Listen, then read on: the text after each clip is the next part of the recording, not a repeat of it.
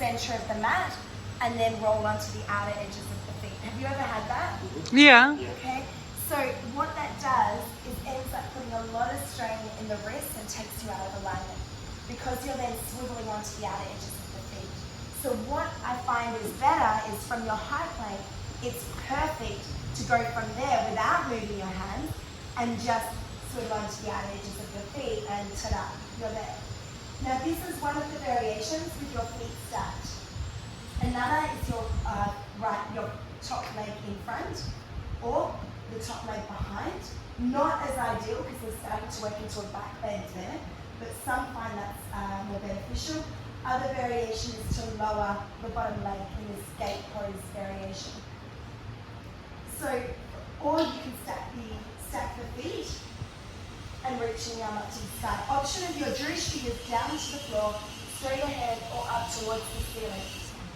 I'm starting to get shaky now. So you can raise the top leg if you want to, or come into a side tree variation. The common tendency here is the butt sticks back. I think that's the first thing. Or we start to go too far back with the arm like so. So we're trying to find that straight line. Am I actually straight right now? Yeah. Okay, alright, that's good. And we're trying to avoid dropping the hip. I'll just move back to the other side. So another common tendency when we fatigue is we start to drop the hip down. Keep that hip lifted up. Arm extends up to the sky. There are variations reaching the arm over, but in Vasishthasana, arm reaching up to the side, this is the traditional variation of the posture, or raising the leg, which then starts to work with the outer edges of the hip, working with your abductors as well. So, Vasishthasana, what do you think is the contraindication? 100%. Yeah, absolutely. What might you give someone who has injury? Yeah. This, what do you call it? Potato hands. Potato. Oh. Spud hands. Yeah, you can create spuds with your hands. So yeah, you can. Yeah, potato hands, or also known as fists.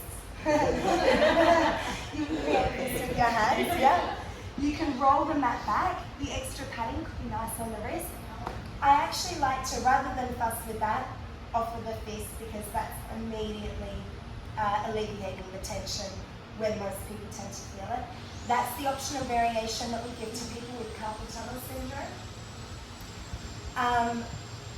If somebody really has a serious wrist injury, or it's really aggravated, like Jan, for example, his wrist can really play up, and Vasishthasana is not serving him. It's really not beneficial because the risk outweighs the benefits, right?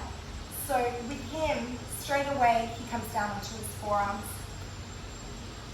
Yeah. So getting all the other benefits, but taking the pressure off.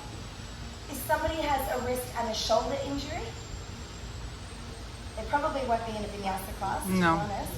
But if they have a shoulder and a wrist injury, I wouldn't get them to come into this pose. It's not the pose for them. I've never had somebody to that extent where it's both in a yoga class. Normally they're taking time off yoga or they'll come to a yoga class. So shall we just stay in plank or stay in the previous pose if you're suffering from Yeah, pain? the reality is if they have wrist and shoulder, they probably can't do plank or downward facing dog. So they're probably not. Just go home, please. Whilst it's listed as a contraindication, the reality is the person's probably not going to be in your class. Yeah. So, Vasishthasana, what we're looking for is the sinking of the hips, and also if the butt is sticking back. These are the two most common things with side plank: butt sticking back and sinking of the hips. So, whoever is the partner that's closest to the wellness centre, you can